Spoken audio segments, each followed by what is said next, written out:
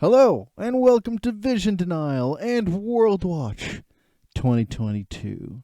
My name is Sam, and if those of you who are new here, I have watched every single playoff of 2022. Yes, every single one of them, even that one. Notably, this particular series we were covering the summer of 2022 on our anticipation and preparation for Worlds. And this you have stumbled upon, or you are a regular subscriber and watcher, to the Meet the Teams portion, where I will take a look at every 24 team, their strengths, weaknesses, play styles, notable quirks, interesting things to look ahead, all in the attempts to at least teach some people who don't watch certain regions what to expect from their teams, or from the teams that are going. That said, there are two caveats to really put forward. First caveat: a lot of the things that I'm going to be talking about are data-driven. I will put a link down below to the Google Docs of all of the data I have aggregated all in one nice spot. All of the data comes from the LoL fandom, Wikipedia, and from the goal.gg website, both of which have very different focuses to their data points, and both are necessary for these kinds of videos to work. That said, there's a limitation to some of this data because the LPL doesn't send the data as consistently as the other regions, and this is something you'll find with any particular data point for LoL esports globally. The LPL will still be missing some things regarding plates, drakes at 15 minutes, and heralds. A lot of the early game is not there. That and everything relating to vision. Second thing that I have to point out, a lot of the emerging regions, specifically Oceania, Turkey, Brazil, Latin America, and Japan, their teams will have some inflated stats in their favor. That being in mind, when we're looking at their stats, a lot of them will look good, notably the Chiefs and Detonation Focus Me. So some of the stats for every team has to be taken with a grain of salt of either being maybe stronger than expected or weaker than expected by quite a bit, notably because of this kind of inflation of statistics. When you're studying data, this is the kind of adjustments you need to do.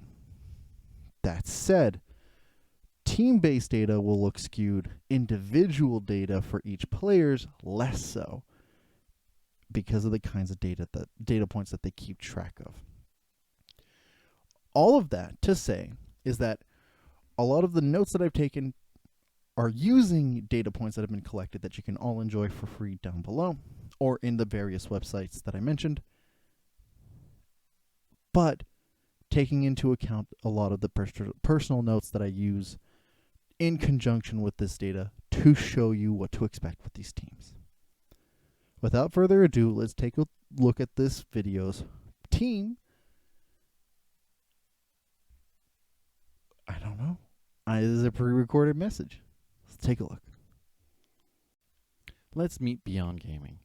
Beyond Gaming, being the 18th team to qualify for Worlds after defeating Paris Saint-Germain in the PCS Summer Split semifinals, have an interesting approach to the game, mostly informed by their coaches. Both Benny and Wulala have been part of the LMS since 2016, both respectively as junglers and then substituting to their own roles for a brief period of time, and then joined Beyond Gaming as coaches in the 2021 season. They informed the particular approach to the game because Beyond Gaming loves to control vision, not necessarily deny, control vision around neutral objectives, specifically drakes. Here's the thing. Regardless of the statistics that you look at, most of them fall so far below the ringer in terms of the rest of every other team and counterpart. They fall near last or well beyond bottom half. The only notable difference here is their win rate when ahead at 15 minutes. At 88.9%, they come as the 7th strongest team for this And then if you account for the inflation of the smaller regions, they would come at 4th place. For a team with a negative 80 goal differential at 15 minutes, a team that would fall total of 18th place from then, it's hard pressed to see that a team that makes so much focus on the early game falls so far beyond anything their counterparts would be able to pull off, especially from teams who have a larger focus on the late game approach. While impressive of their approach in terms of winning games once they were ahead early, their overall win rate being 56% leaves some concern that their jungle approach and their lack of vision denial and consistent ability to collect gold will hurt them in the long run. Let's meet the top laners of Beyond Gaming. Liang having joined the organization in spring of 2021, and Likai joining in spring of 2022 after Match Esports dropped their slot in the PCS. Both have done very well in the 2022 season, jumping back and forth between one another. But during summer, Likai having been part of the main roster, the main contributor of the role. So the stats below represent his participation over the season, but both are relevant. And also, both still present an idea of side lane control and making sure that the early game is really within benefit for Beyond Gaming, as many of the picks that they go for really emphasize the early game first and being able to create control over the side lanes. But if you don't have an early game lead, the side lanes lose complete ability to be, manipulated and controlled, forcing players from the top lane who have to do side lane control into team fighting, which is not necessarily something that they'll excel in. So they double their efforts, usually picking things that can do side lane but also team fighting, doubling down things like Aatrox, Gragas, Gnar. But it still becomes very bizarre when you notice that much of the power that Likai presents is with Gwen and Fiora. And it's really unfortunate because his stats don't match up for much of the rest of his counterparts in his role. A very small champion pool size compared to many of his counterparts. Doesn't make as much gold per minute or CS per minute, so on and so forth. And so I'm left here wondering, well, the thing he's got going for himself is being overall the 4th strongest fighter amongst them. Low kill count, high assist count, contributes a lot to his team's ability to navigate these team fights when behind. But sometimes that may not be enough. Meet the jungler of Beyond Gaming. HuSha has been with the organization since the start of the 2021 season, and during 2022 has been the pivotal factor for this team to work out, or at least a large portion of it. I mentioned this primarily because amongst his counterparts, he is super interesting for the jungle role. He ranks 7th in terms of kill share. In terms of gold share, he ranks 5th. And especially in terms of kill participation, he ranks 3rd amongst all junglers. And this is notable primarily for this particular role because his gold per minute is fairly average, his KDA is fairly average, and it mostly indicates one thing. He is a heavy ganker early, he puts his team ahead, and he makes sure that he is proactive when necessary. And this still falls in line with the ability of Beyond Gaming to have such a high win rate when ahead at 15 minutes because it is enabled by HuSha as much as possible. Without the influence of HuSha and his ability to get ahead, if he falls behind at any given rate, given how average he is in most of his other stats, it is to reason that without him proactively assisting or him being shut down in some way, shape, or form, they don't do so hot. And it is especially worrisome given his very low champion pool, at least compared to his counterparts, tying for 20th amongst the rest of the scene. But the fact that his kill participation is so high and everything else about him having a higher gold value within him, he puts in a lot of work to make sure his team is ahead. Let's meet the mid laner of Beyond Gaming. Minji comes into his third year professionally in terms of the scene in the Southeast Asian region of PCS, being part of Berjaya Dragons since 2022 and 2021, only joining Beyond Gaming in 2022, gaining a lot more success in this particular roster. A couple of things, though, however, is that Minji is not so great compared to his contemporaries. Ranking lowest in terms of the CS per minute and gold per minute, he doesn't accrue a whole lot given that. What he is, however, a strong team fighter, or at least he is a strong participator in team fighting, ranking second in terms of kill participation.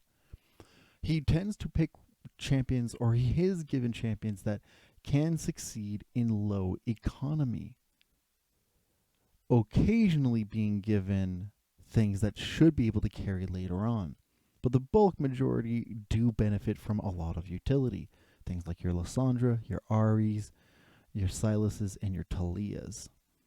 And given the focus of his ability to control things around the map and to assist within team fighting, he tends to take a step back in terms of his gold, which is interesting, however, because given his team, he does have the second highest gold share, which is a little worrisome compared to how a lot of the other teams work if he's going to be having so little gold comparatively to his other counterparts.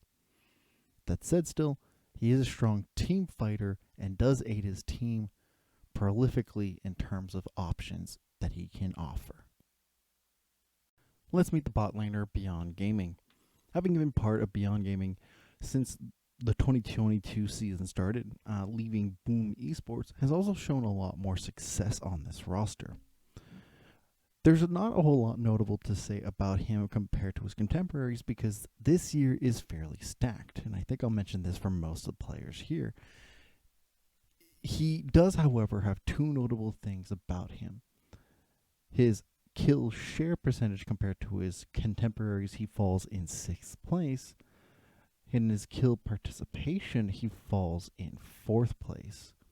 He is a defining factor of the team fighting Beyond Gaming relies on once ahead.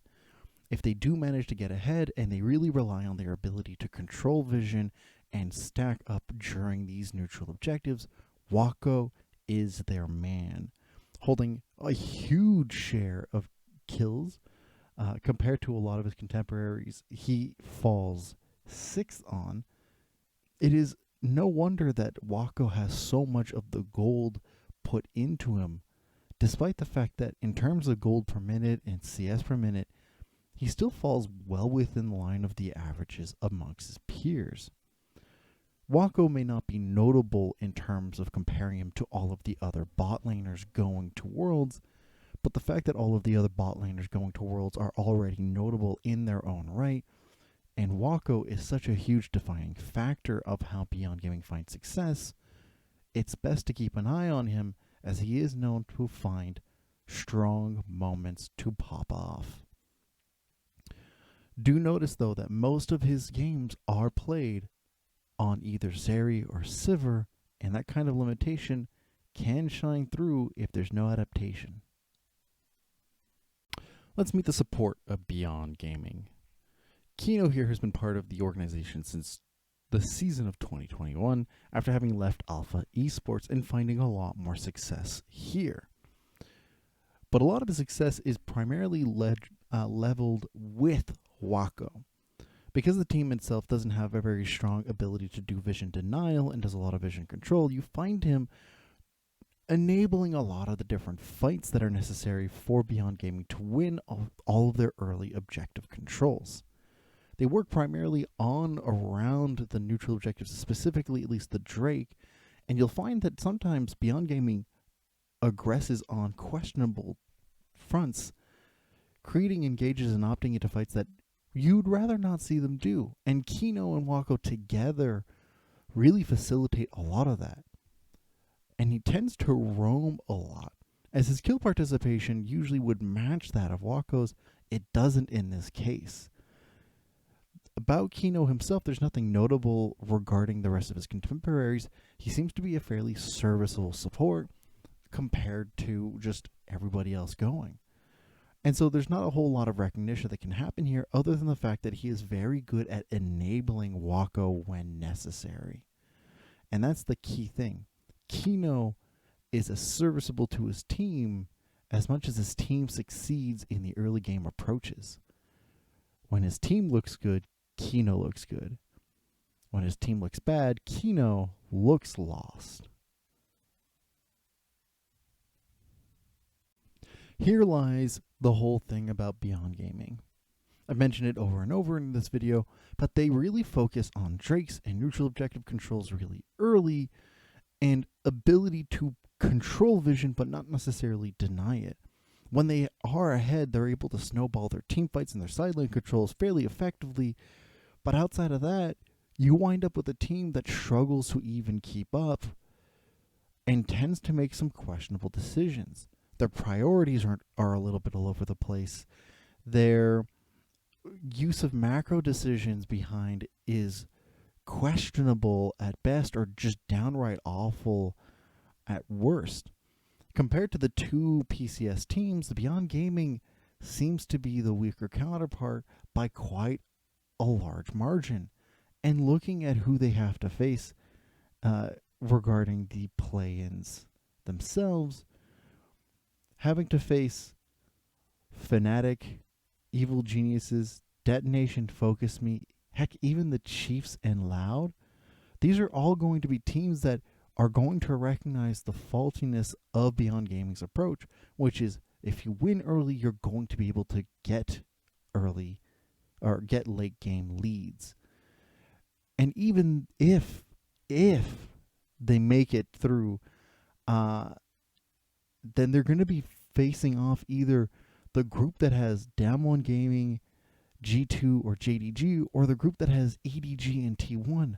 And that doesn't fare much better either, as almost all of those teams have very solid early game control.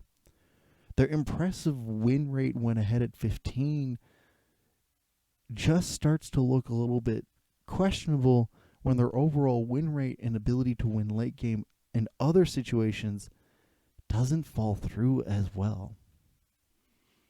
I think there's some interesting team fighting things that happen, but until they correct their target priority and their macro choices, they're likely to fall behind and not succeed as well this year.